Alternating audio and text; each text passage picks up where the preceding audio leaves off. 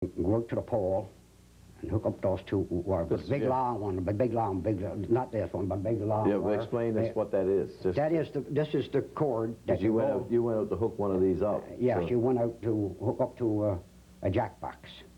On the pole. Yeah, and sometimes all you had was a big pole and 2 wires only. But this was just for the jack box. But now you had to go and connect up to the wires on the pole. And I crawled out and I got out, and it was that stormy. Sometimes you didn't know where you was at. So they said, when you was ready and got them, or give us a tug on the rope and we'll all back, and you follow the rope back. We went in 12th day of May and the 15th of May, the rotary got to us and got us out. Boy, that's a snowstorm. Oh, sure. when you got to crawl and tie a rope onto Yeah, well, that's a story I was going to tell you. One time I was on the rear end, and we had the superintendent, which he was a real crusty old super, and but he was good. Coming up, and we sent the fellows down to Moncton and said, going to clear all this up, these stickings and going into snowbanks and they're getting out.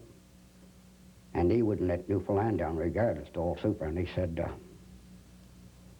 this man come out, he said, oh my goodness gracious, oh my, I never seen so much snow. He said, 15 feet, oh my goodness.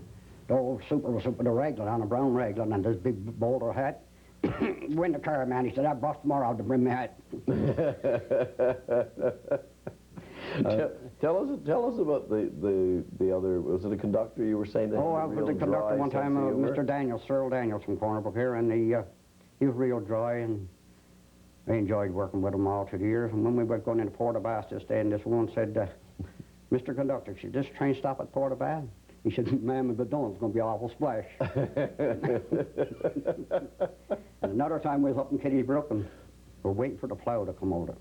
And it was a bit stormy day, but this big American soldier he was. I tell you, Montgomery, the medals he had on there. He come up and he said to the conductor, look, we were there talking about sky cleared right out on top. He said, Mr. Conductor, beautiful blue sky up there. He said, not a cloud. He said, yes, my son. He said, we're not going up there, we're going that way.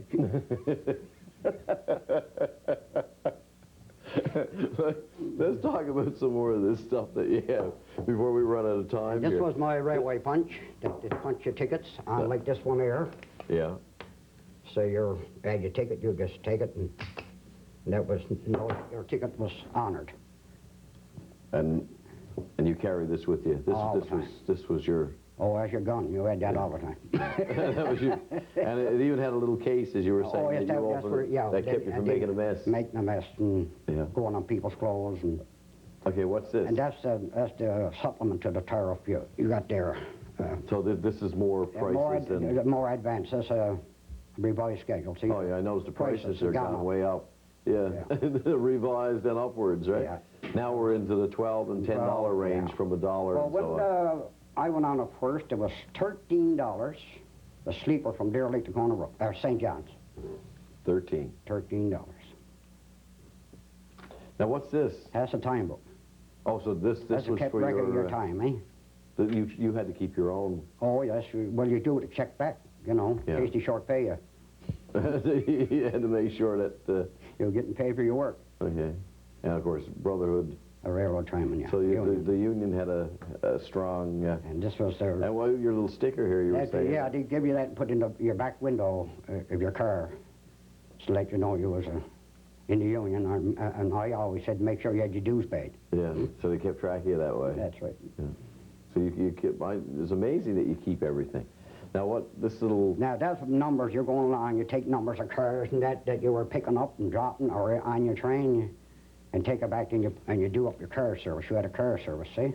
I mean, this is like another language to me. I mean, look at this. You can see it on the screen there. Yeah. See, that's the number, pass numbers.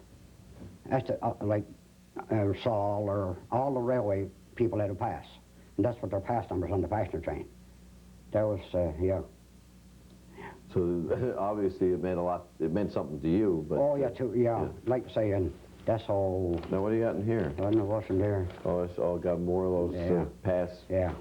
So and more information. And then like I say, in 1968, I transferred to the bus. Yeah. Now that was a whole new thing that I wanted to. What was it like leaving well, I mean, just think about it for a minute, and as I ask you this question, what you were just saying about your heart and your soul being into a steam engine. Then you go to a diesel, which sort of changed things. But now the train is gone and you're driving a bus. I mean... Well, like you're forced to put with no man's choice. Look at it that way.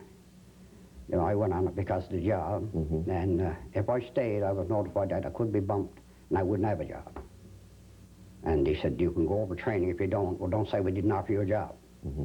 So to protect myself, I went over to Stephenville and trained for the buses. And I went driving then in 1969. And I was there till 1974. Yeah. And they opened up a road cruiser terminal in Corner Brook, and they promoted me then to supervisor at Corner Brook.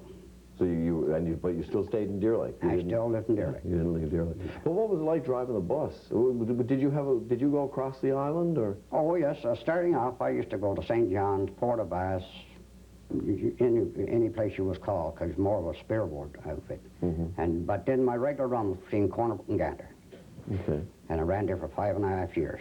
And when we hear all the stories about, well, not the gaff topsails this time, but out around Wreck House, did you ever get tangled up with the winds? No, I was held at Riverview over there when the storm was up. They tell you to stay there. Yeah. And you stay there until they got the word from Lockie McDougall to Saw Clear. Back in those days. Well, what about when you were driving the bus? Did you ever run into problems? No, I didn't run into any of them on my runs that I had there, but I know fellows that did, you know. Yeah. But when you were going out around Birch, you ever think about driving the bus around Birch? You think about the gaff topsails? And oh, yes, always come to your mind. You always look up. Yeah. Yeah, I would imagine from everything that you've been saying, you would have You'll always look up and think about it. Yeah. Now, what about your buddies and that? Do you guys ever get together now, like any more than 2 or 3 or 4 at a time, and talk about the old days? And no, most all my buddies that I work with on the passenger trains are dead. Really? So you've lost most of them? Yeah. Yeah. Okay. But okay. So I'll get you away from that, because you guys get really emotional about when you talk about this sort of thing. But go back to. Now I got to get you to give me a funny story, because I got to get you back together here in a hurry. Yeah. So the dry conductor again. Tell me another story. Tell me about the lady who got on in Stephenville. Yes. Okay. Yeah, she got on the Stephenville crossing, and no, we were up there with a way freight. We used to go over in the morning, come back in the evening, and then he said, she came up, she said, Mr. Conductor, can we get to Corner Brook with you? She said, I missed the passenger train this morning.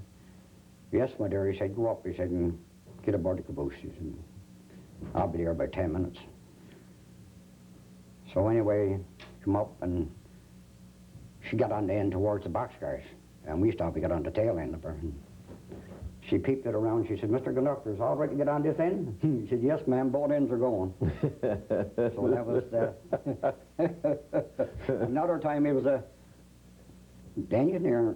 Years ago when we started, the engineer and fireman used to come back and have their meal with you. Later on when you got the diesels, there was none of that. So he said, and this engineer was rough. He would, go and sell in, a real old rough engineer. I won't say his name, but dead gone, the foreman. And he said, so when he stopped to Millertown Junction, he said, dinner ready yet? No, my dear, he said, can't corner the pot to get anything in. That's how rough it was. Well, we're out of time, and I can't thank you enough for coming. I mean, as I said, you railroad people are a breed apart. I mean, you've had your own lives, you've had like your own fraternity, and I see how emotional you get when you think about the lives that have gone before and the people that you work with. So. God love you. And thank you. God bless. Thank you very much for coming. Thank you. Well, that's the final show in our series of the Railroaders for this season. But join us again next fall when we'll be back. And I want to remind you that we will be airing repeats of the program throughout the summer. So thank you for watching.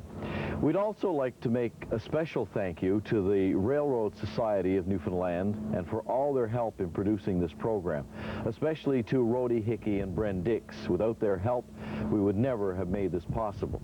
Also for the men and women who've appeared on the show and who've helped us and have kept the railway in Newfoundland alive in their hearts so we could bring the shows to you. So again, I want to remind you that although we are finished for this season, there will be repeats on throughout the summer, and we'll be back in the fall with a whole new series of the Railroaders on Cable 9. Thank you.